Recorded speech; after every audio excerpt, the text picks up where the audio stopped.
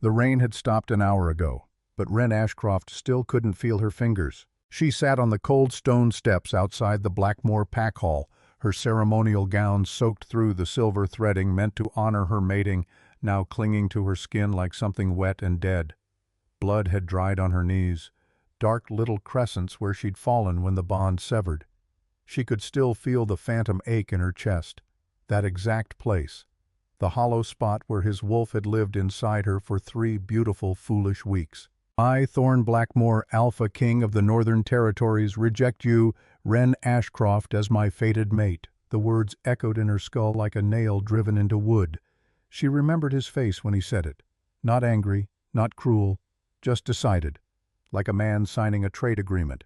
Like a man crossing out a line in a ledger that no longer served him. 23 days ago, she'd felt the bond snap into place the moment their eyes met across the great hall.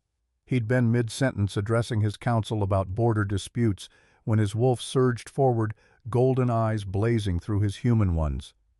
Mate. The word had thundered through her blood, her bones, her very soul.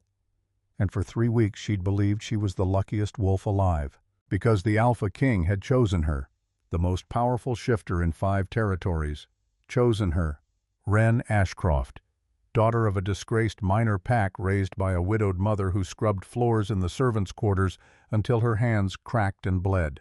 She'd been nothing, a shadow, a footnote in someone else's story. Then Thorne had looked at her and she'd become everything. Until tonight. You're a liability, he'd said, his voice carrying across the packed hall where 300 wolves had gathered to witness their formal mating ceremony. My enemies will use you against me. Your bloodline is weak. Your pack allegiance is questionable, and I cannot afford sentiment when I am building an empire. She'd stood there, in her silver dress, in front of every alpha, every beta, every council member from 7 packs, while her fated mate listed all the reasons she wasn't worth keeping. The bond was a mistake of fate, and I am correcting it. The rejection hit like a blade through the sternum. She'd felt their connection, that golden thread strung between 2 souls, stretch and strain and snap.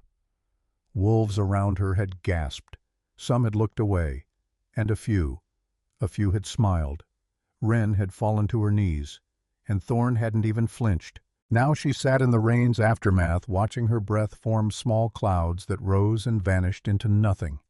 Her wolf was silent inside her, not dead, but wounded so deeply the creature had retreated somewhere Wren couldn't reach, somewhere dark and far. No one would help her. The servants who'd once been her mother's friends had turned their eyes away when the guards escorted her out.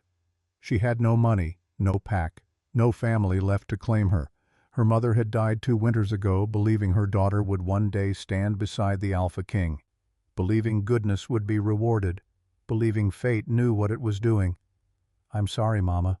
I believed it too. She thought about that word. Believed. Past tense. Something she used to do, like a habit she'd finally broken. She was so cold. That was the thing no one told you about being thrown away. It wasn't the shame. It wasn't even the pain in your chest where a piece of your soul used to live. It was the cold. The way the world stops offering you warmth the second you stop being useful to it. And then footsteps. Her head snapped up. A figure emerged from the shadows of the colonnade. Tall, dark-haired, moving with the fluid grace of a predator who didn't need to announce himself. He wore no ceremonial robes, just black leather and an expression that revealed nothing at all. Wren's wolf stirred, weakly, a flicker in the dark. Warning, danger, Alpha, not Thorne, someone else. He stopped 3 steps away, studying her with eyes the color of a winter storm, pale gray, almost silver, unreadable. You're the rejected one, he said, not a question. And you're trespassing on Blackmore territory. Her voice came out raw, broken glass. The border is 2 miles east. I know exactly where I am. He descended the remaining steps until he stood directly in front of her. And then slowly, without a word, he removed his coat and draped it over her trembling shoulders. The warmth of it nearly undid her. I'm Cale Draven, he said, and I have a proposition for you. Wren looked up at him, and her stomach dropped, because she knew that name. Everyone in 5 territories knew that name.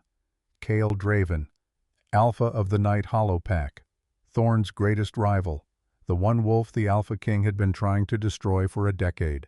She didn't know if fate was saving her or damning her twice in one night. Kale Draven shouldn't exist.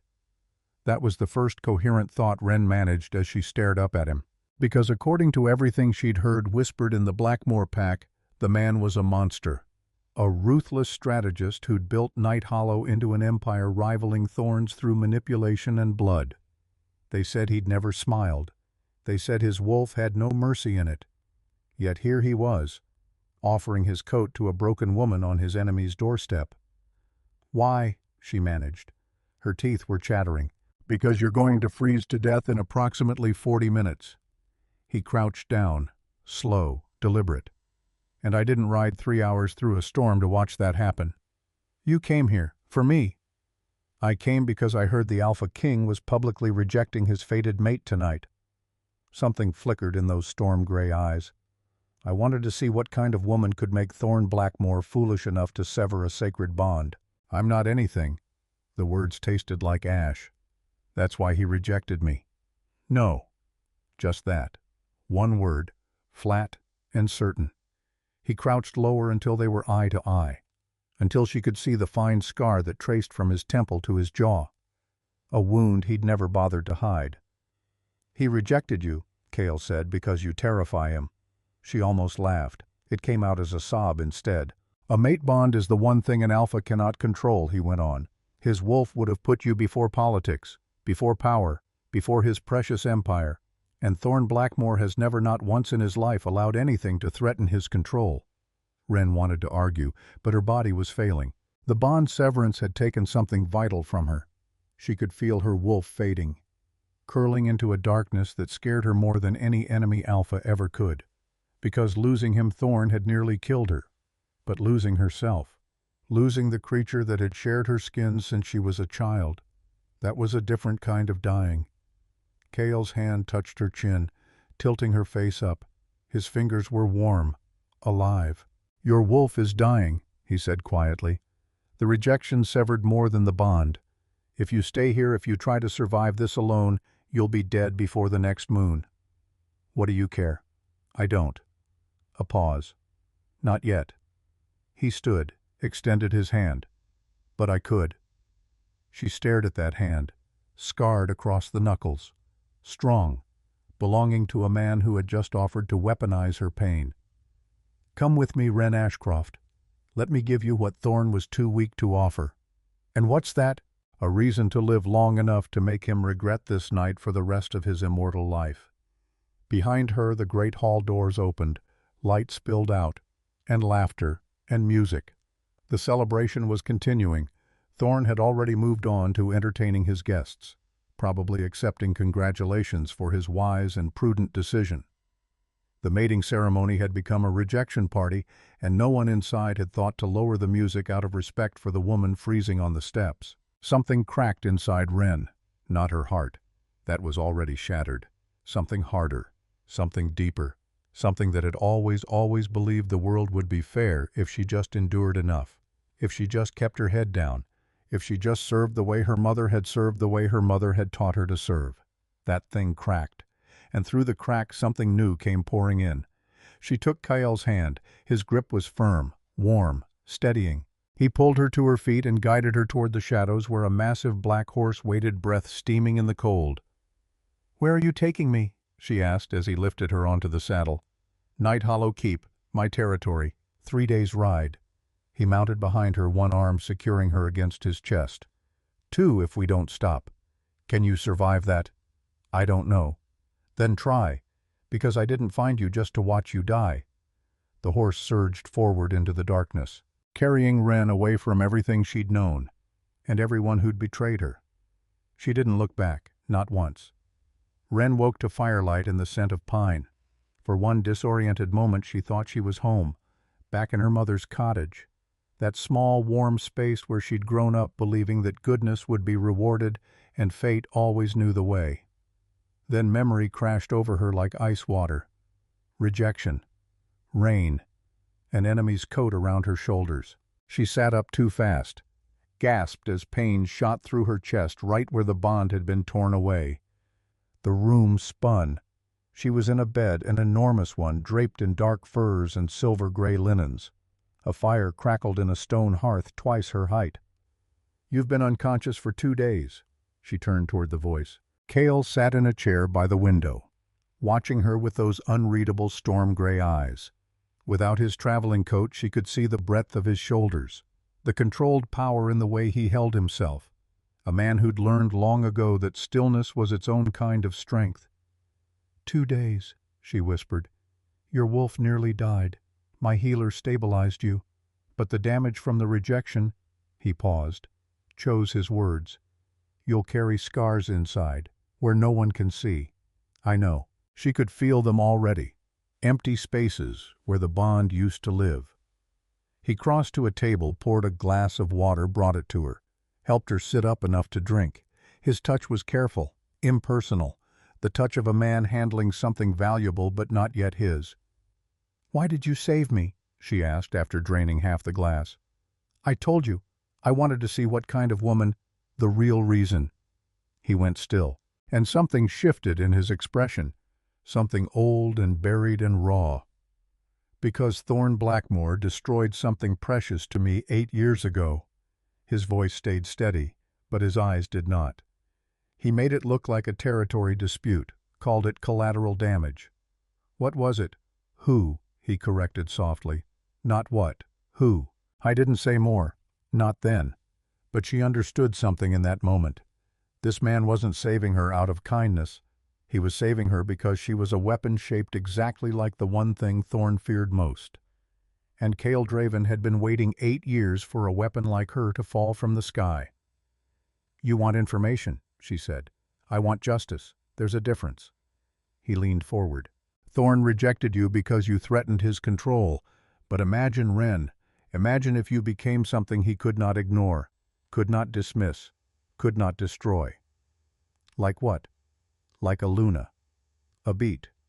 My Luna. The room tilted. You can't be serious. I'm always serious about strategy. He stood, paced to the window. Beyond it, mist and mountains and the faint gray line of dawn. In 12 weeks, every major pack in the territories gathers for the Solstice Summit. Thorne will be there, showcasing his power, his alliances, his great wisdom in rejecting a weak and worthless mate. He turned. And you will be there too, standing beside me, as the Luna of Night Hollow, untouchable, unbroken, magnificent. That's insane. That's survival. He came back to the bed, sat on the edge of it, close enough that she could see the flecks of silver in his gray eyes. You have no pack, no protection. If you leave this keep, Thorne's allies will hunt you down. Rejected mates are considered unstable, dangerous. They'll call it mercy when they put you down. His voice dropped. But as my Luna, you're beyond their reach. You don't love me. No, and you don't love me. Something almost like honesty crossed his face. This isn't about romance, Ren. It's about revenge and resurrection. She sat with that. She thought of Thorne's face when he said the words. Liability. Weak. Mistake. She thought of her mother, who'd died believing her daughter would rise, who'd worked herself to the bone in this very man's enemy's house and died grateful for the opportunity to serve.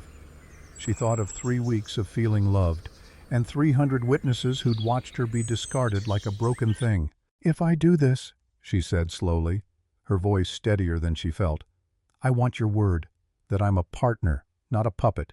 I have a voice, a say in strategy. I am not just bait. Something crossed Cale's face that she didn't expect. Surprise.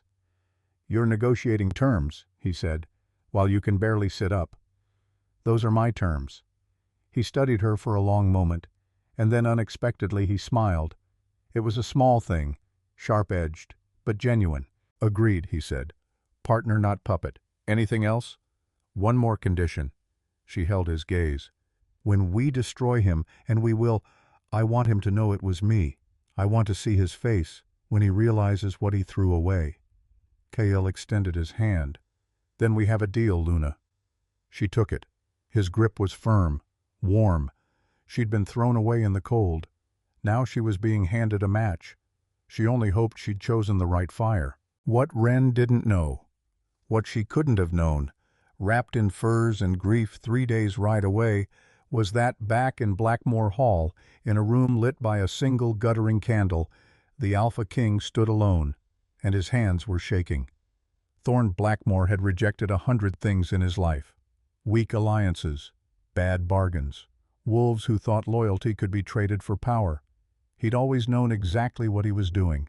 He'd always been the one in control. Until a slip of a girl in a silver dress had walked into his hall, and his wolf, the beast he'd spent 34 years mastering, had dropped to its belly. Mate, ours, kneel. No one had seen it. He'd made sure of that. He'd forced the creature back down through sheer will. Smiled at his counsel, finished his sentence about border disputes. But for 3 weeks after the wolf had strained against him every time she entered a room, every time she laughed, every time she looked at him like he was something worth loving. And Thorne Blackmore had understood with the cold clarity that had made him a king that this woman was the single greatest threat he had ever faced. Because a mate could ask him for anything, and his wolf would give it. Because a mate could stand between him and a decision, and he would choose her. Because love, real love, bond deep and soul-stitched, was the one leash he could not cut with a blade, so he'd cut it with words instead, in front of 300 witnesses, loud enough that the wolf could never claim it had been a mistake. Liability. Weak. Mistake. He'd watched her fall to her knees. He'd made himself watch, because he needed to see the thread snap. He needed to know the leash was gone, and it was gone now. He could feel the hollow where the bond had been. He should have felt free. Instead, he stood alone in a candle-lit room, hands shaking, and for the first time in his reign, the Alpha King was afraid of the silence inside his own chest. He didn't know where she'd gone. He told himself it didn't matter. I was wrong about that. He was wrong about almost everything that night. But that particular wrongness would take 12 weeks to find him. Night Hollow Keep rose from the mist like a predator waiting to strike. Unlike Blackmore's golden spires and sunlit halls, Chaol's stronghold was carved from black granite, its towers sharp against a gray sky. The walls were ancient, scarred by centuries of siege, and still standing stronger than anything Wren had ever seen. Defensive, she thought, remembering how Thorne had once mocked Night Hollow's architecture as primitive paranoia. Now it looked like the only safe place in the world. "You'll need to learn everything in 12 weeks, Chaol said as they passed through iron gates etched with wolf sigils. The solstice summit waits for no one. 12 weeks to become a Luna. 12 weeks to look like one anyway. Being one, she suspected, took a great deal longer. Servants lined the courtyard, but not the bowing, fearful kind she'd known at Blackmore. These wolves met her eyes directly, assessing, curious. Some nodded to Chaol with what looked like genuine respect rather than obligation. A woman with iron-black hair stepped forward. Her wolf radiated authority. A beta Wren realized. High-ranking. The kind of second who ran an entire keep and never let the Alpha forget it. The woman's curtsy was precise and cool. "This is the Blackmore reject." "This is Wren Ashcroft," Chaol corrected, and there was an edge in his voice like a blade drawn a half-inch from its sheath. "Future Luna of Night Hollow. Treat her accordingly, Sable." Sable's sharp eyes swept over Wren, the borrowed clothes, the hollowed cheeks, the barely healed wound where the bond had been severed. And something shifted in the woman's expression. Not pity. Wren had had enough pity to last a lifetime, and she'd have spat this woman's pity right back at her. No, it was something else. Something that looked almost like recognition. "I'll have chambers prepared in the East Tower," Sable said, "and I'll assemble the trainers." "Trainers?" Wren asked. "Combat, protocol, pack law, political strategy." Chaol dismounted, then helped her down with careful hands. "You survived a public rejection. Now you'll learn to weaponize that survival." Sable stepped closer, lowered her voice so only Wren could hear it. "The Alpha doesn't make careless choices." Her gaze hardened. "If he brought you here, he believes you can do this." A pause. "Don't prove him wrong." And then softer still. So soft. Wren almost missed it beneath the courtyard noise. "I know what it looks like, from the inside, that kind of night." Sable's jaw tightened.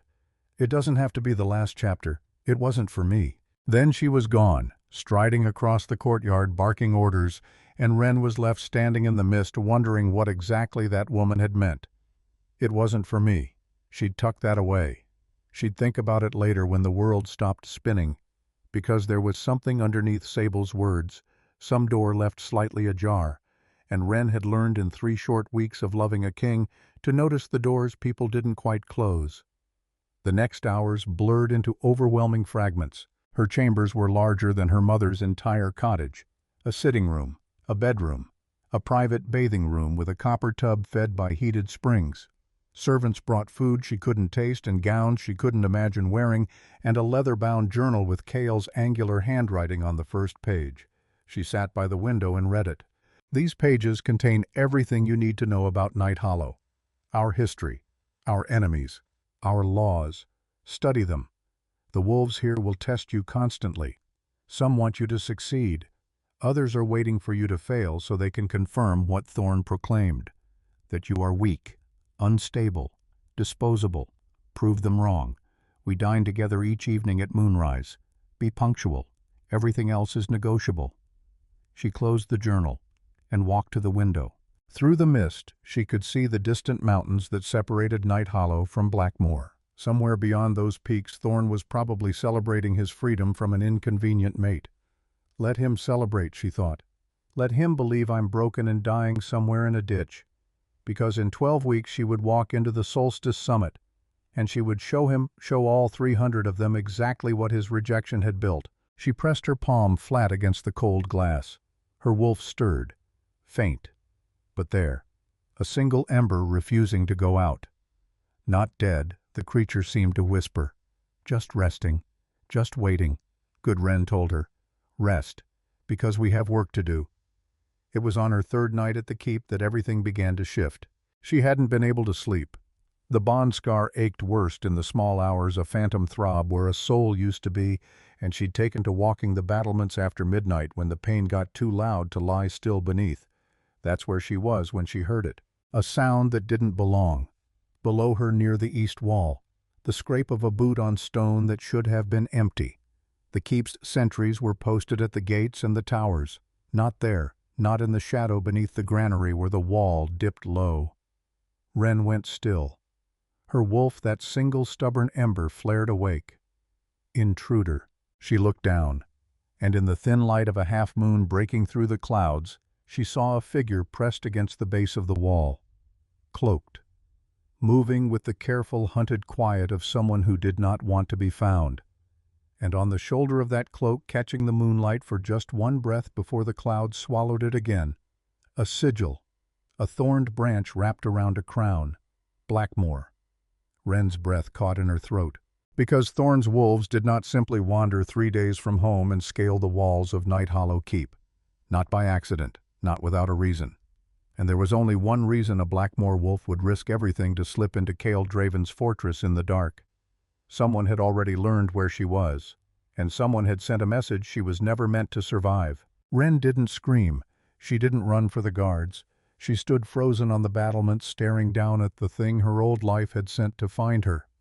And she understood with the same cold clarity that had made Thorn a king that the war she'd agreed to 12 weeks from now had just arrived 12 weeks early.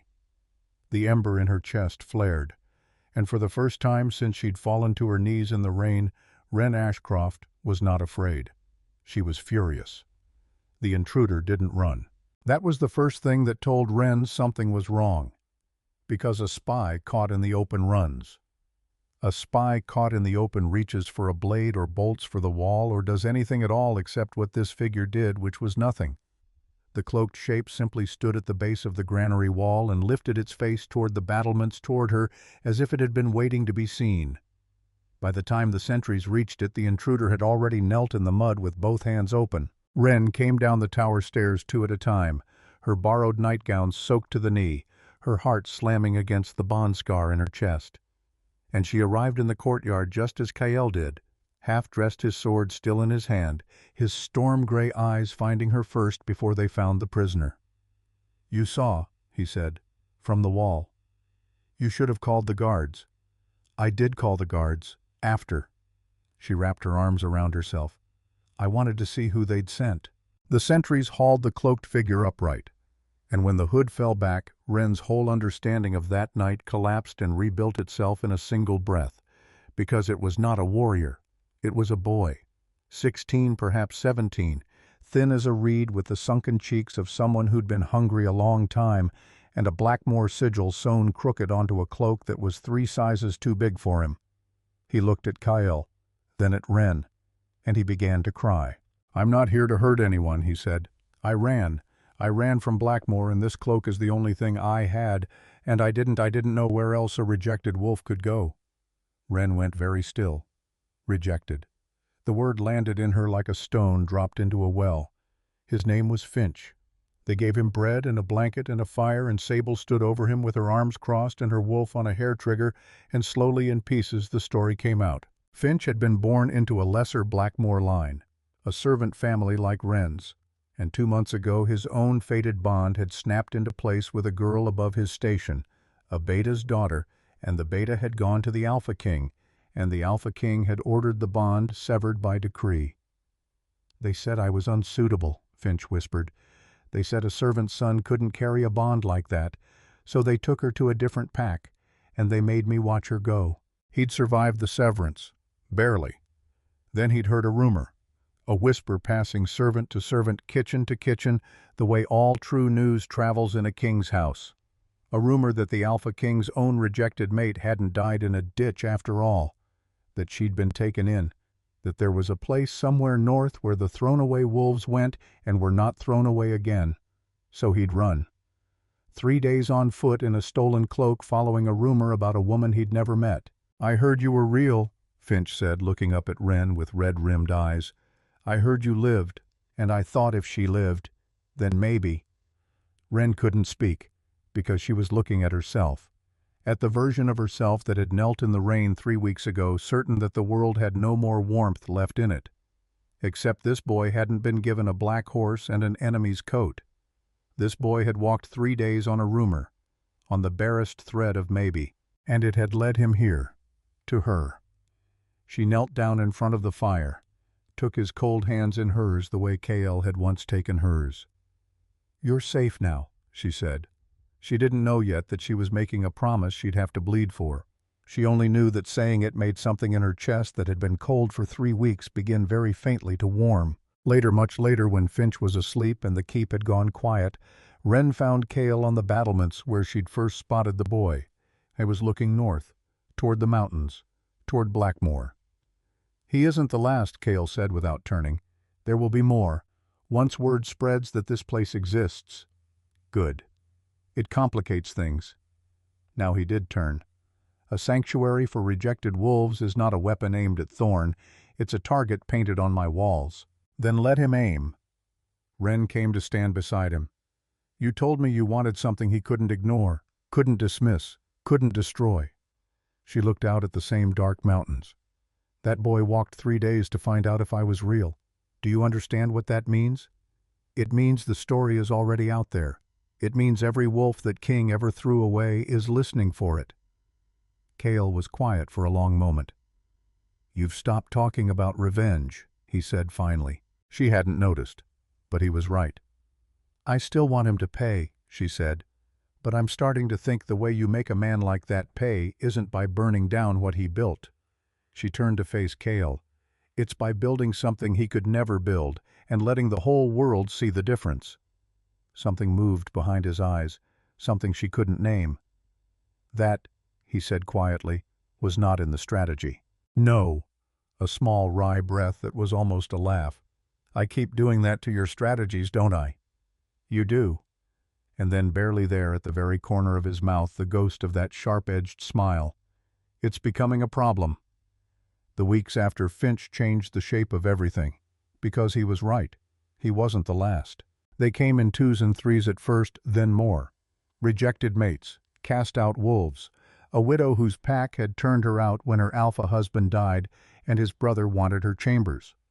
A pair of brothers whose bloodline had been declared diluted by a council that wanted their land. Wolves who had been told in one way or another by someone with power that they were disposable. And Ren, who was supposed to be spending 12 weeks learning combat and protocol and how to hold a wine glass like a Luna, found herself instead learning names, learning stories, learning the particular way a person's shoulders come down from around their ears the first time someone tells them they're allowed to stay. She trained in the mornings, she bled and bruised and learned to hold a blade. But in the afternoons, she built something. She didn't have a word for it yet. That would come later. For now, it was just a wing of the East Tower filling up with the kind of wolves the world had decided it didn't need, and a woman who knew exactly how that felt. Sable watched her do it. Sable who missed nothing. And one evening, as Ren wrapped a fresh blanket around a shivering newcomer, she caught the beta staring at her across the hall with a look Ren couldn't read. "You keep looking at me like that," Ren said when the newcomer had gone. "Like I remind you of something." Sable was silent. Then she said very simply, "You do," and walked away before Ren could ask what she meant. It was Kyle who finally told her the rest, about the who, not the what. They were in his study going over the map of the territories, tracing the alliances they'd need to crack before the summit. Candles burning low, a pot of tea gone cold between them. And Ren, tired and bold in the way exhaustion makes you bold, asked the question she'd been carrying for weeks. "Who did he take from you?" Kale's hand stopped moving on the map. "You've earned the answer," he said. "I suppose." He sat back.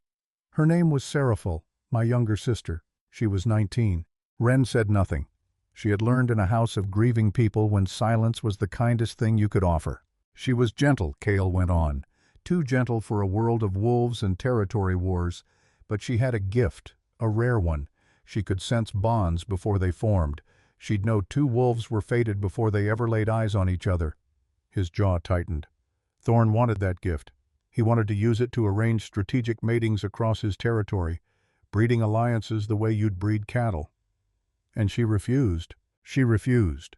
His voice was very steady now, which was how Ren knew how much it cost him. So he arranged her death, a hunting accident they called it. Witnesses swore a rogue wolf attacked her. A pause. But rogues don't carry Blackmore steel. His hands had gone flat against the table. "I found her," he said, "in the snow. I held her while she died. She was 19 years old and she died because she would not let a king turn love into a ledger." Ren reached across the map. She didn't take his hand. She wasn't sure he'd allow it. She just laid her fingers near his close enough that he'd know she was there. "My mother died in his house," she said quietly, scrubbing his floors, believing goodness would be rewarded. She died grateful for the honor of serving the family that would one day discard her daughter in front of 300 people. Her voice hardened low and steady, an echo of his own. "So I understand. Wanting someone to pay." Kale looked at her for a long moment. "I thought you were angry," he said. "When I found you, I thought I'd found a furious woman I could aim like an arrow. And now I think you're grieving." His storm-gray eyes held hers. "Anger is easy to weaponize. Grief is something else. Grief is what makes a person fight until there's nothing left. It's the thing that separates strategy from obsession." He turned his hand over, slow, deliberate, and laid it open on the map. An offering. Ren looked at that scarred palm, the hand of a wolf who'd been fighting alone for 8 years, and she set her hand in it. "I've been treating you like a tool," he admitted. "Useful, replaceable. I was wrong. Then what am I now? An ally, a beat. If you'll have me as one." "Allies," she agreed, and neither of them let go of the other's hand for a while. The test came 6 weeks before the Solstice Summit. "A delegation arrives tomorrow," Kale announced over dinner. "Alpha Corwin of the Ashreach Pack, and his Luna. They want to discuss border agreements." "They're Thorn's allies," Ren said. Her stomach tightened. "Corwin is one of his closest. Which is exactly why they matter." He slid a parchment across the table. "Corwin's pack invested heavily in a mining operation Thorn promised would yield silver ore. According to my sources, those mines are nearly depleted, and the returns Thorn has been reporting to his allies." Kale's eyes gleamed cold. "Fabricated. He's been stealing from the very wolves who kneel to him, small amounts, carefully hidden, for years. You want me to plant doubt. I want you to tell the truth." He held her gaze. You lived in that house. You saw the ledgers no one thought a servant's daughter would understand. Let Corwin draw his own conclusions." Wren turned the parchment over in her hands and felt for the first time the shape of the woman she was becoming. Not a victim on a set of cold stone steps. Not even any more a weapon in another wolf's hand.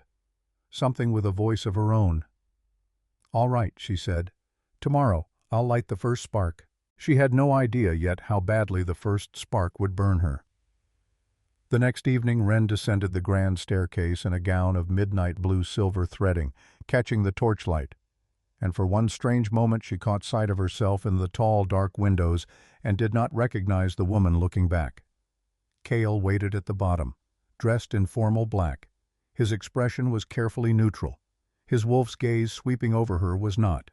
"You look like a Luna," he murmured as she took his arm. "I feel like I'm walking into battle." "You are." A pause. "Smile anyway." Alpha Corwin was a barrel-chested wolf with suspicious eyes and a laugh that never reached them.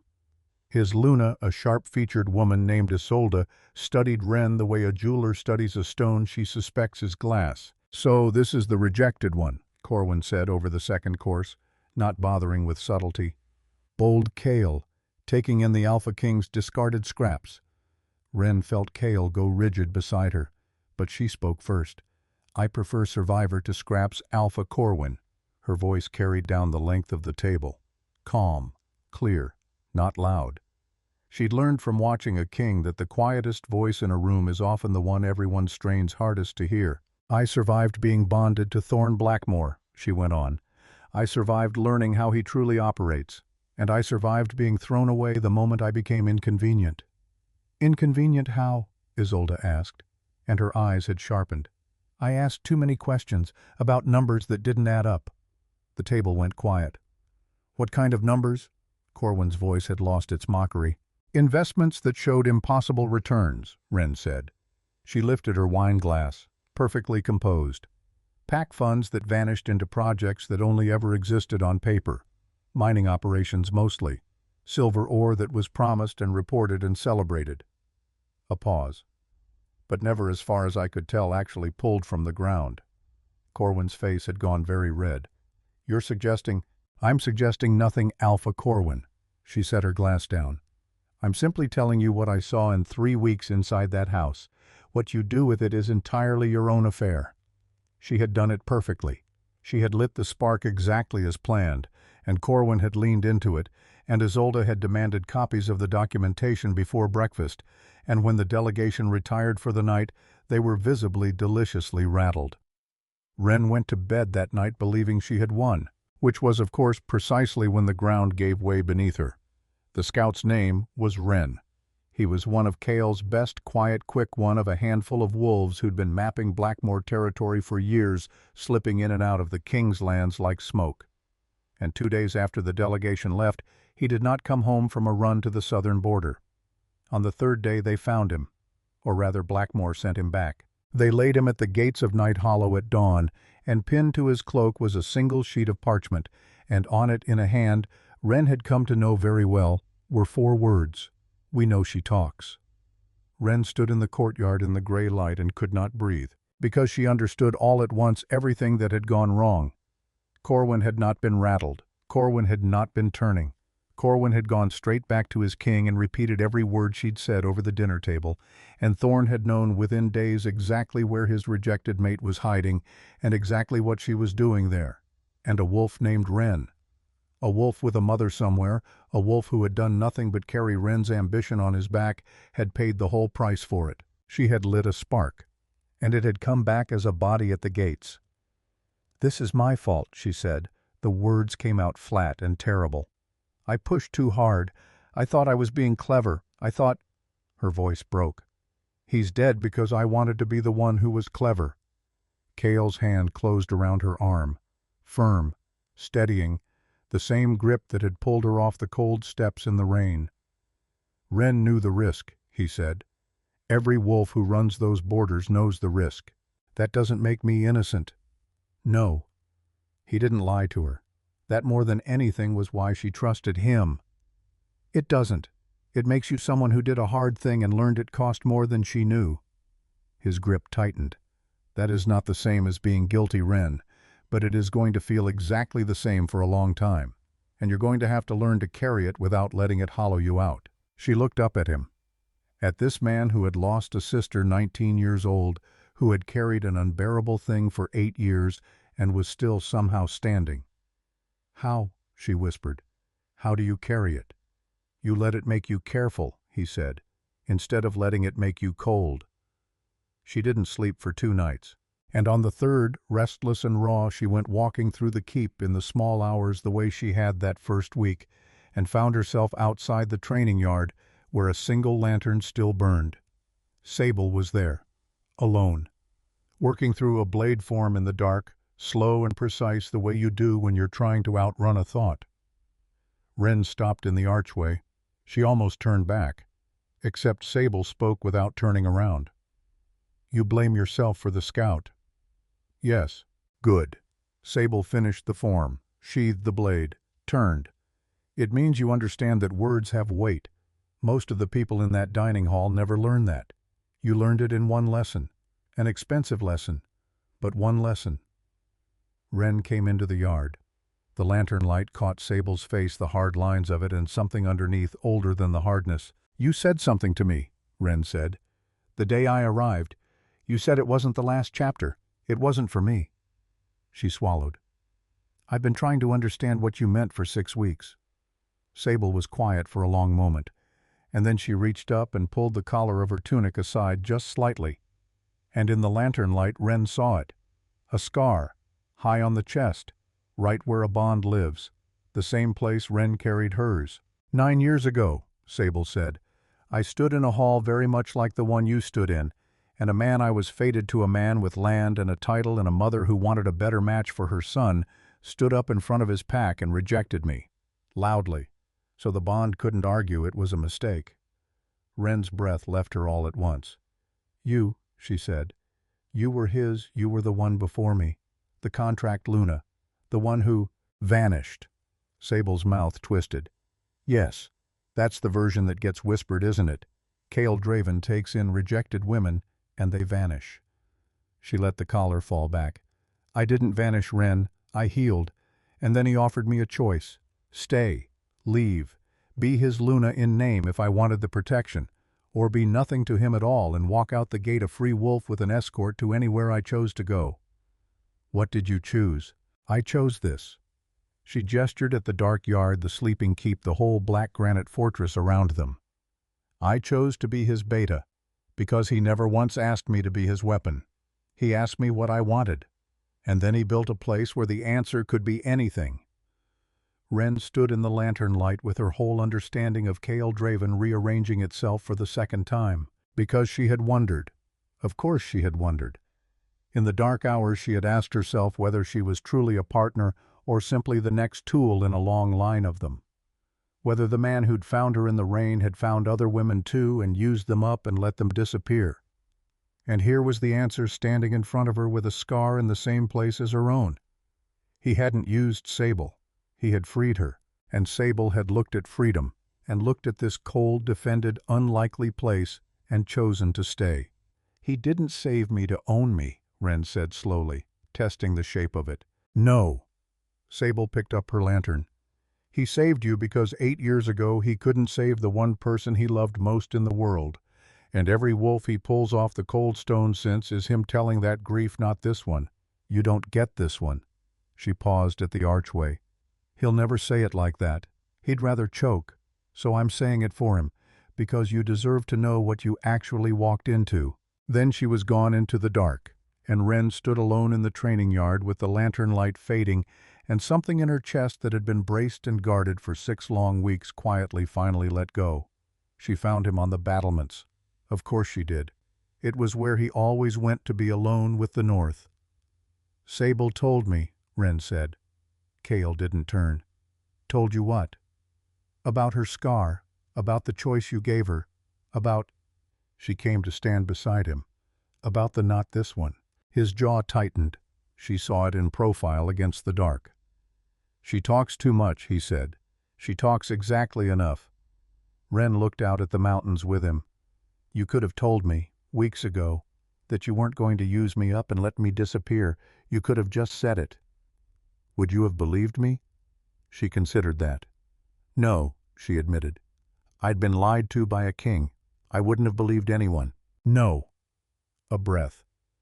"So I let you see instead. I let you watch how this place treats the wolves it takes in. I thought she'll believe her own eyes before she believes my mouth." He finally turned to look at her. "Was I wrong?" "No," she said softly. "You weren't wrong." The wind moved between them, cold and clean off the mountains, and Wren became aware all at once of how close they were standing, of the warmth coming off him in the cold, of the scar on his jaw and the 8 years behind it, and the way he was looking at her now, not like a strategist studying an asset, but like a man who had forgotten for one moment to guard his own face. "That night on the steps," she said, quietly, "you told me it wasn't about romance, that it was about revenge and resurrection. I remember. Is it still—" He was silent for a long time, long enough that the wind died down and picked up again. "The resurrection part," he said at last, "was never only about power. I told myself it was. It was easier to say." He looked out at the north, then back at her. "But somewhere between the sickbed and now somewhere between you negotiating terms while you could barely sit up and you learning the names of every broken wolf that comes through those gates, I stopped seeing a weapon." His voice dropped rough at the edges. "And I started seeing you." Wren's heart was pounding against the bond scar, not with pain this time. "I was rejected," she whispered. "Thrown away, called weak and disposable by a fool who couldn't see what he had. What if I'm broken, Cale? What if the severance took something I can't get back? What if—" "You're not broken." He lifted his hand, slow, giving her every chance to pull away, and tucked a strand of hair behind her ear the way you'd handle something you'd waited 8 years to be allowed to touch. "You're scarred. There's a difference. Scars mean you survived." His thumb rested feather-light against her jaw. "And you didn't just survive Wren. You built a sanctuary out of your own worst night. You took the thing that was supposed to end you and you turned it into a door for everyone else who ever fell on those steps." She was crying. She hadn't noticed when it started. "That's not weakness," he said. "I don't have a word big enough for what that is." And then on a battlement of black granite under a half-moon breaking through mountain clouds with the north wind carrying the cold down off the peaks, Cale Draven kissed her. Not the formal ceremonial touch they'd performed at her Luna announcement for the benefit of watching wolves. This was real, desperate and tender and achingly honest. His hands cupped her face like she was something precious he'd been certain the world would never let him keep. Her fingers curled into his shirt like he was the only solid thing left in a world that kept shifting beneath her feet. When they finally broke apart, she was trembling. "That wasn't strategy," he said. "Rough." "No," she breathed. "It wasn't. I don't know what happens after the summit." He pressed his forehead to hers. "I don't know if we win or lose or burn the whole world down trying, but I know I want to face it with you. Not as a weapon, not as an arrangement." His breath was warm against her cold skin. "As something I didn't plan for, and can't imagine losing." Wren closed her eyes, and let his words sink down into the hollow places the rejection had carved. She had been thrown away once, left for dead on cold stone. And here she was, 6 weeks later, truly found by a wolf who saw her worth when she'd been certain there was none left to see. For one perfect moment, standing on the battlements in the circle of his arms, Wren Ashcroft was happy, which was exactly how she knew it couldn't last. The knock came just before dawn, sharp, urgent, the particular knock that never ever brings good news. Cale crossed the chamber and opened the door, and Sable stood there, and her face Sable, who never showed anything, whose stillness was legend. In that keep, Sable's face was gray. "A messenger," she said, "from Blackmore, under a flag of parley so we couldn't touch him." She held out a folded letter sealed with a thorned crown pressed into black wax. "It's addressed to the Luna." Wren took it. Her hands, she noticed distantly, had begun to shake. She broke the seal. "To the false Luna of Night Hollow. Your aunt sends her regards. From my guest quarters." The words swam. Wren gripped the parchment harder. Maeve Ashcroft is being treated well. For now. Her continued comfort depends entirely upon your cooperation. You stole from my house. You have spread lies that damage my name and my alliances. This ends now. Present yourself at Blackmoor by the next moonrise. Come alone. Stand before my pack and confess that your accusations were fabrications, the spite of a rejected mate. Do this and your aunt walks free. Refuse and I will return her to you in pieces. Thorn Blackmoor, Alpha King. The letter slipped from Wren's fingers. Because Maeve, Aunt Maeve, was her mother's sister. A human woman. No wolf blood. No pack. No power in all the world except the fierce, stubborn love that had taken in a grieving girl after her mother died and raised her until the day she was summoned to a mating ceremony that ended on cold stone steps. Maeve was the last of her blood. And Wren had lit a spark 6 weeks ago, believing herself clever. And now the fire had found the one person left in the world she could not bear to lose. Her legs gave way. Cale caught her before she hit the floor. The same arms, the same grip, the boy in the rain, grown into the woman on the steps, grown into this, a woman crumpling in her enemy's shadow all over again. But this time she was not alone on cold stone. This time there were arms around her and a fortress at her back, and a scarred wolf whose sister a king had murdered, whose voice when it came was very low and very steady and colder than the north wind off the mountains. "He's made a mistake," Cale said. Wren looked up at him through her tears. "He's kidnapped a human civilian."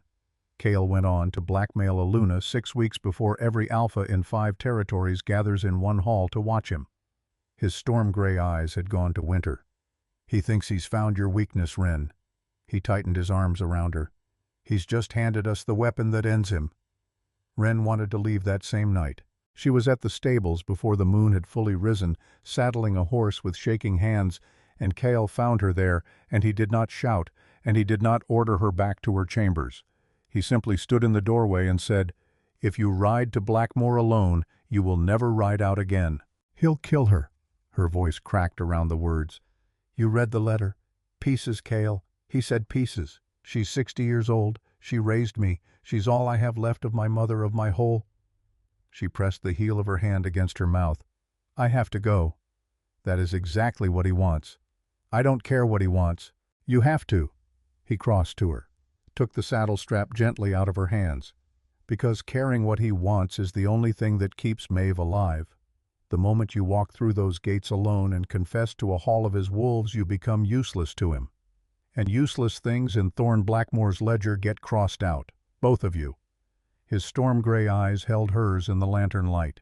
"He isn't offering you a trade, Wren. He's offering you a way to die politely." The truth of it went through her like cold water. Because he was right. She knew he was right. Except knowing didn't loosen the panic clawing up her throat, the animal terror of a woman who has already lost her mother and will not survive losing the last hand that had ever held hers. "Then what do I do?" she whispered. "Tell me. Because I can't sit in this beautiful safe keep drinking tea while he—" "We move fast." Cale's voice was low and certain, and it was the certainty that reached her the way a steady hand reaches a drowning person. "The summit is in 9 days. Every alpha in 5 territories is already traveling toward Crystal Vein Hall. Thorn thinks he has until moonrise. He thinks you'll break and crawl to him and hand him the confession that erases everything you've built." A cold light kindled behind his eyes. "So we let him think it, and we use the days he's given us to take back the one thing he doesn't know he's already lost. Which is the story." Cale took her cold hands in his. "He kidnapped a human woman to silence a Luna. If we can prove that in front of every leader who came to watch him crown himself the wisest king in the north, he won't just lose Corwin. He won't just lose the mines." His grip tightened. "He'll lose everything, but only if we get Maeve out first. Because a dead hostage proves nothing. A living one testifies." Wren looked at him for a long moment. At this man who had lost his sister to the same king, who had every reason in the world to want Thorn dead, and none at all to risk his best wolves for a human woman he had never met. "You do that," she said. "Send your people into his lands. For her." "For her," Cale said, "because she matters to you." A pause. Then quieter, the closest thing to a confession he'd yet allowed himself. And somewhere between the contract and now, that became the same thing. The rescue party left at midnight. Cale's best. Silent, deadly, loyal past question. They disappeared into the dark toward Blackmore with a single order: bring the human woman back alive, no matter what it costs. And Wren stood on the tower balcony where a scarred wolf had first kissed her and watched them go, her heart torn clean in half between hope and terror. "You should rest," Cale said, coming to stand beside her. "I can't. Not while she's in danger because of me." "She's in danger because of him." His shoulder came to rest barely against hers. "Don't ever confuse the two. That confusion is what he feeds on." The moon hung heavy and full over the mountains that separated them from Blackmore. Somewhere beyond those peaks, a 60-year-old woman with no wolf blood and no pack and nothing but her stubborn love was sitting in a cell, and 8 wolves were slipping through the dark to reach her, and there was nothing at all Wren could do but stand on a cold balcony and wait. Which was, she would think later, its own kind of torture. The waiting, the not knowing, the way the mind fills the silence with every horror it can invent. "I'm terrified," she admitted to keep from unraveling. "Not of him, not even of losing her. Of believing this is real, of trusting it, of waking up tomorrow and finding out it was another performance, another king smiling at a council, and I was a fool all over again." Cale was quiet a moment. "Then let me spend the rest of my life proving it isn't," he said. "Simply. No flourish. The way you state a fact, you'd stake your life on. But first, let me bring your aunt home." Dawn brought a rider. Wren saw him from the balcony, a dark shape breaking from the tree line at full gallop, and she was down the tower stairs and across the courtyard before he'd even dismounted, and the words were out of the wolf's mouth before her feet had stopped moving. "She's safe." The world tilted. Wren grabbed the edge of a rain barrel to keep from going down. "She's safe," the rider said again, swinging off his horse. "We reached the guest quarters 2 hours before moonrise. They weren't expecting us. Thorne staked everything on the Luna coming alone. There was a fight. We lost no one. She's an hour behind me, bruised, frightened, but whole." Wren pressed both hands over her mouth and made a sound that was half sob and half laugh, and entirely helplessly human. And then Cale was there, and his hand was on her shoulder, and the rider was still talking. "There's more," he said. "The Blackmore guards. They talked." A grim, satisfied line settled over his mouth. "We can be very persuasive when we're motivated. We have testimony that the Alpha King gave the kidnapping order himself, direct order, to his own beta." "Testimony can be denied," Cale said, sharp, already thinking 3 moves ahead. "Which is why we didn't stop at testimony." The rider reached into his saddlebag and drew out a leather satchel and handed it across. Letters, in his own hand, instructions to his beta, names, dates, where to hold her, what to threaten. He put it in writing, Alpha. He was so certain no one would ever dare stand against him that he put it in writing. Cale took the satchel. He opened it. "Read the top sheet." And Wren watched a smile spread across his face that had absolutely no warmth in it at all. The smile of a man who has waited 8 years and has just been handed the blade. "Wren," he said very softly. "He handed us the rope, and he tied the knot himself." Maeve arrived within the hour. She was small in the saddle, silver-haired, wrapped in one of the rescue party's cloaks, and her wrists were ringed with bruises where they'd bound her. And when she saw Wren standing in the courtyard, she made a sound like a woman who'd stopped letting herself hope somewhere around the 3rd day of captivity. Wren caught her as she half fell from the horse, and for a long moment neither of them could speak. They just held on. An old woman and the girl she'd raised in a courtyard full of wolves, clinging to each other like 2 people who'd each been certain they'd never see the other again. "He told me," Maeve finally managed into Wren's shoulder, "he told me you'd learned your place, that I was the lesson." Her voice thin, as it was hardened with something that had clearly kept her spine straight through 3 days in a cell. "I told that golden-haired peacock he could keep his lessons. My girl learned her place a long time ago, and it was standing." She pulled back and gripped Wren's face in 2 trembling hands and looked at the gown, the moonstone circlet, the whole impossible transformation. "And would you look at where she's standing now?" Wren laughed and cried and couldn't tell one from the other. Then Maeve's sharp eyes went past her to Cale, standing a respectful pace back, watching the reunion with an expression he hadn't quite managed to guard. The old woman looked him up and down, the way only a woman of 60 can look at a man reading in about 4 seconds everything he'd hoped to keep hidden. "So," Maeve said, "you're the one who sent wolves into a king's house for an old woman he'd never met." "I am." "Why?" Cale was silent a moment, and then he gave Maeve the truth he'd only just given Wren. "Because she matters to your niece," he said, "and your niece matters to me, more than the revenge I've been carrying for 8 years, which I only realized," he added dry, "somewhere around the second sleepless night of waiting to hear if you'd made it out." Maeve studied him a beat longer. Then she patted his arm the way you'd approve of a promising young man who'd finally said something sensible. "Good answer," she said. "You'll do." The Solstice Summit convened at Crystal Vane Hall. Neutral ground nestled between the 5 great pack domains, and Wren had dreamed of it once. Dreamed of walking those glittering halls as the Alpha King's mate on Thorn's arm, admired and secure. Now she would walk them as his enemy's Luna.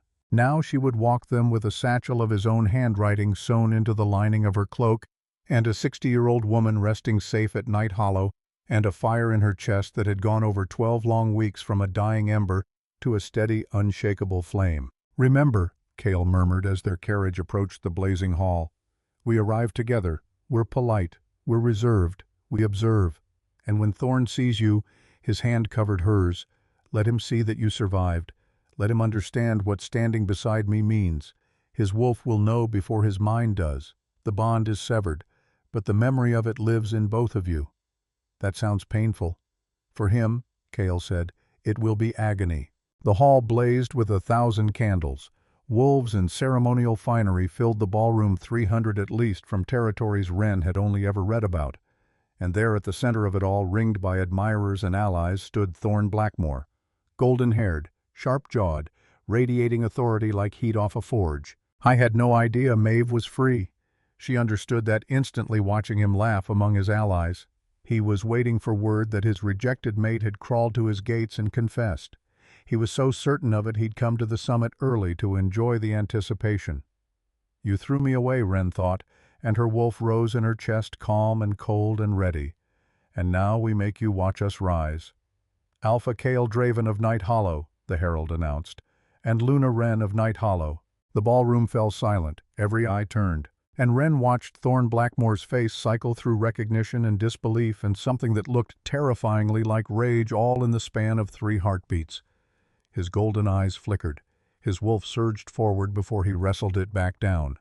Beside him a dark-haired woman touched his arm and asked him something, and he did not answer because he could not stop staring at the silver gown and the moonstone circlet, and Cale's hand resting easy at Wren's waist, and the woman he had discarded on cold stone standing now like a queen beside the one wolf in all the world he could not defeat. Cale guided her down the stairs.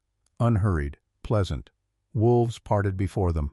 And Alpha Corwin came forward first, Corwin who 6 weeks ago had run straight back to his king with her words in his mouth, and who now, having quietly audited the minds she'd told him about, wore the face of a man who discovered the ground he stood on was hollow. "Luna Wren," he said, and his old suspicion was gone, replaced by something far more useful. "I've had cause to think a great deal about the things you told me at dinner." "And what did you find, Alpha Corwin?" His jaw tightened. 70% of the returns he reported to me were fabricated," he said low. "The mines are all but empty. My pack has been robbed for 5 years by the king we knelt to." His eyes cut across the room to Thorn. "Some truths are harder to hear than others." The music resumed, a formal waltz opening the summit. Cale turned to her and extended his hand with deliberate ceremony. "Dance with me, Luna." She took it. They moved onto the floor, joining the ancient steps, and Cale led with a grace that surprised her, his body close enough that she could feel his warmth through the thin silver silk. "He's watching," Cale murmured against her ear. "I know, I can feel it. His wolf is fighting him. The bond remembers you even severed, seeing you in another Alpha's arms." His hand tightened at her waist. "It's destroying him." Wren allowed herself one glance toward Thorn. He stood frozen at the edge of the floor, his chest heaving, his eyes blazing gold. The dark-haired woman spoke to him urgently, and he did not hear a word of it. His entire focus was locked on Wren on the way. Cale held her, touched her, looked at her like she was the only thing in the room worth looking at. And then Thorn's wolf broke through. A snarl ripped from his throat, loud enough to stop the music, sharp enough to make wolves stumble back in alarm. His bones cracked. His form shimmered, human and beast at war. Mine. The word thundered through the ballroom. Primal. Possessive. Completely unhinged. Kale stepped in front of Wren, his own wolf rising to meet the challenge, but Wren moved around him and faced Thorn herself. "No," she said. Her voice carried through the stunned silence, and it did not shake. "I was yours for 3 weeks, and then you stood up in front of 300 wolves and called me weak, disposable, a mistake of fate that needed correcting." She lifted her chin. "You severed the bond with your own mouth, Thorn, so that no one could ever say it was an accident. Well, it wasn't an accident, and neither is this." His wolf howled, a sound of rage and loss and something that might once have been regret. But it was far, far too late for regret. The summit should have moved on. It did not. Because on the final day, in the great amphitheater of Crystal Vein, that circular chamber where pack disputes were formally resolved, tiered rows rising all around every Alpha and Luna and Beta and council member of 5 territories seated and watching, Kale Draven rose and requested to address the assembly on a matter of grave importance. The ancient arbiter, a silver-muzzled wolf named Cadman, inclined his head. "Proceed." Kale stepped to the center of the floor. "Honored leaders of the 5 territories," he said, and his voice filled the chamber without effort. "I come before you not to speak of borders or of trade. I come to expose a threat that endangers every one of us." He let the silence stretch. 3 days ago, Alpha Thorn Blackmore kidnapped a human woman, 60 years of age. No wolf blood, no pack, no political value whatsoever. Murmurs rippled through the tiers. Thorn, seated in the place of honor reserved for the Alpha King, went rigid. "He took her," Kale continued, "for one reason. To force my Luna into surrendering herself, into standing before his pack and confessing that her accusations against him were lies. That," Thorn said, rising, his face flushing, "is a fabrication, a conspiracy between my rival and the rejected mate I discarded for good reason. She's unstable, delusional. She has spread poison about my affairs since she attached herself to Night Hollow like a—" "Like a what?" Wren said, and stepped forward, and the whole chamber turned. She walked to the center of the amphitheater where every eye could see her plainly.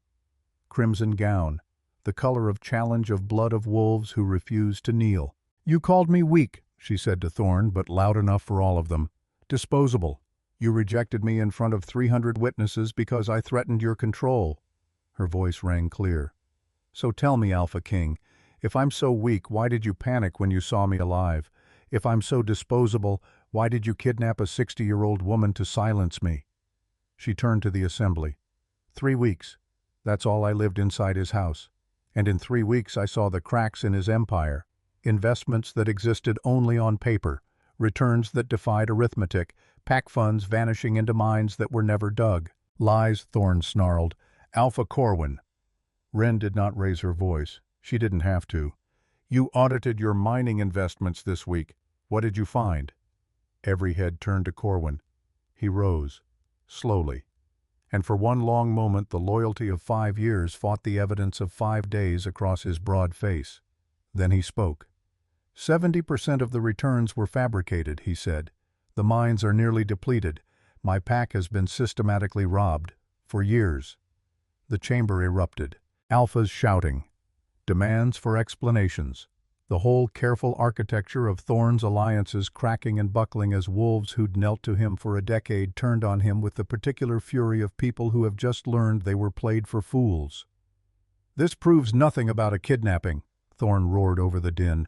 "You muddy the waters with coin to distract from—" "Then let the woman speak for herself," Kale said, and every eye in the amphitheater turned toward the entrance, where Sable stood, supporting with one steady arm an old woman with silver hair and bruised wrists and a spine like a length of iron. Wren's breath left her. "Aunt Maeve," she whispered. Maeve Ashcroft walked into that amphitheater the way a small boat crosses a wide, dark sea. Alone at the center, 60 years old, human in a chamber of hundreds of wolves who could have torn her apart between one breath and the next. Every predator instinct in that room was fixed on her, and she was the only creature present with no claws, no fangs, no wolf to shield her soul. And she was not afraid. That was the thing. That was the thing that silenced the whole chamber more surely than any snarl. Because a woman with everything to lose and no power to defend it, walking slowly and deliberately into the center of her enemies. There is a kind of courage that has nothing to do with strength, and every wolf in that room felt the difference and did not have a word for it and went still. Maeve stopped in the center of the floor. She looked up at the tears of the mighty, and then she looked directly at the golden-haired king. 3 days ago, she said, and her voice was thin and did not waver once. Men wearing his crest dragged me out of my home. They put a sack over my head. They threw me in a cell in the dark. She lifted one bruised wrist unhurried so the whole assembly could see the ring of purple around it. A wolf with golden hair came to my cell. He told me my niece needed to learn her place. Her chin came up. And that I was to be the lesson. She's lying, Thorn said, but his voice had lost its thunder. She's human. Humans lie. And that was the moment Wren watched the last of him fall. Because the old woman turned to face him fully. This tiny, silver-haired, powerless human woman, and she looked at the Alpha King of the Northern Territories with an expression. Wren had seen exactly once before on her own mother's face the day she'd told a young Wren that the world could take a great many things from a person, but it could never ever take the truth of what she'd seen with her own eyes. You spent 34 years, Maeve said quietly, believing that people like me don't matter, that we're too small to count, too weak to threaten you, disposable. She let the word land where he'd thrown it at her niece. You built your whole kingdom on that belief. A long pause. And now the disposable old woman is going to be the one who ends it. Isn't that something? Silence. Absolute.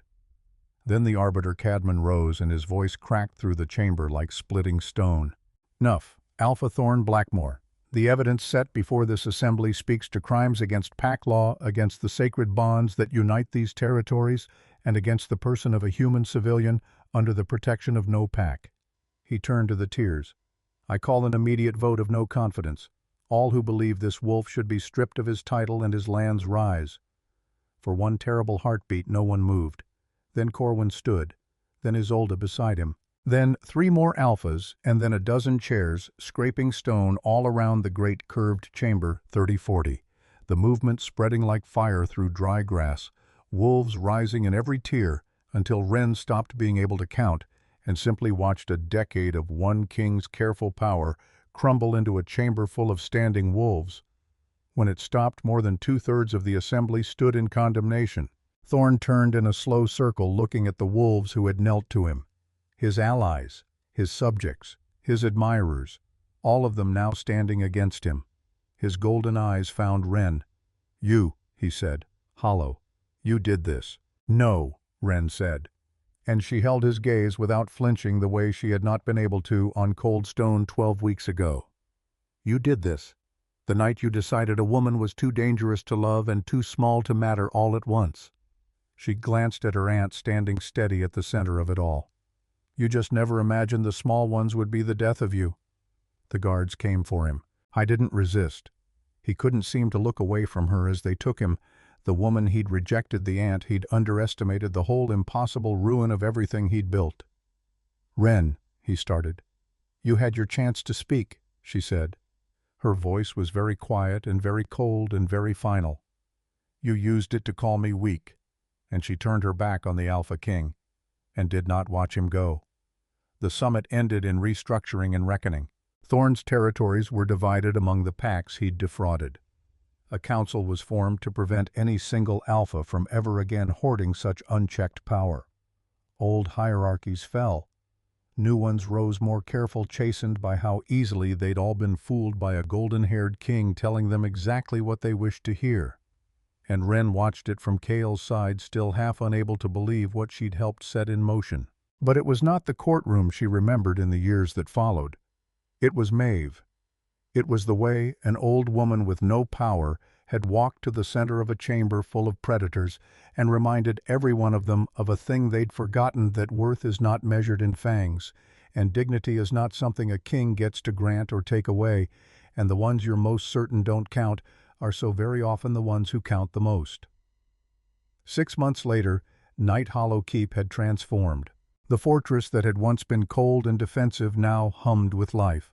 Wolves from 3 territories had sought refuge there, displaced by Thorn's fall, searching for a pack that would not look at them and see something disposable. Wren had given them one. She called it Moonrise Sanctuary, a place for rejected wolves, broken wolves, wolves who'd been told they were weak and worthless and had nowhere left to go. Finch had been the first. He was 17 now and steady, and spent his days teaching newer arrivals that the walk they'd made on a rumor had led somewhere real. Maeve had come to stay, of course. She ran the kitchens with an iron ladle and no patience for self-pity, and the youngest arrivals adored her, and she told anyone who'd listen the story of the day she stared down an Alpha King, a story that got Wren noticed fondly a little grander with each retelling. "You're building an army," Cale observed one evening watching Wren teach a circle of formerly rejected mates how to hold a blade. "I'm building a family," she corrected. "There's a difference." That night they stood together on the balcony where he'd first kissed her, watching snow fall soft over the mountains, the same mountains that had once separated her from the territory where she'd nearly died. "You're thinking too hard," Cale said, draping a fur around her shoulders. "You get a crease, right here." "I'm thinking about choices." She leaned into him. "I keep wondering, what if you hadn't ridden out that night? What if you'd looked at a rejected wolf freezing on your enemy's steps and decided she wasn't worth the trouble?" Cale was quiet a moment. "I don't believe in fate," he said. "Not anymore. I believe in choices. I chose to ride out that night. I chose to offer you my coat instead of walking past." He turned her gently to face him. "And I've chosen you every single day since, which is the only kind of forever I trust. Not a bond fate stitches together and a king can tear apart." His voice roughened. "The kind 2 people choose, again and again and again." He drew a small box from his coat. Inside lay a ring of black silver set with a moonstone that seemed lit from within. "It was Seraphel's," he said quietly. "My sister. She told me once I'd know my true mate by whether I was ever willing to give it away." His thumb traced the edge of the box. "I've carried it 8 years, Wren, waiting for someone worthy of it. I didn't think she existed." He looked up. "And then a woman with a broken bond and a spine of iron negotiated terms with me from a sick bed and refused to be anybody's weapon and built a home out of her own worst night." A breath. "You're not a weapon, Wren. You never were. You're the thing I stopped believing I'd ever have. You're home." Tears blurred her vision. "I spent so long," she whispered, "believing I wasn't worth choosing. He made me feel like loving me was a burden someone had to escape." She reached up and laid her hand against his scarred jaw. "And you make me feel like loving me is something worth fighting a whole kingdom for." "Because it is," he said fiercely, "and I'll spend the rest of my life proving it." She threw her arms around him, and she was laughing and crying and saying yes, yes, yes into his shoulder while the snow came down around them, soft as a blessing over a keep full of the wolves the world had thrown away and taken in. She'd been rejected once, discarded on cold stone, left to freeze, called weak and worthless and disposable in front of 300 wolves who'd looked away. But she had not stayed on those steps. She had been found, truly found, by a wolf who saw her worth when she couldn't see it herself. And together they had built something stronger than revenge and deeper than any strategy and far more lasting than a bond fate could forge or break. They had built a home, and in it no one, not the smallest, not the oldest, not the most thoroughly thrown-away wolf who ever walked 3 days on nothing but a rumor, no one was ever disposable again. And that was worth every scar.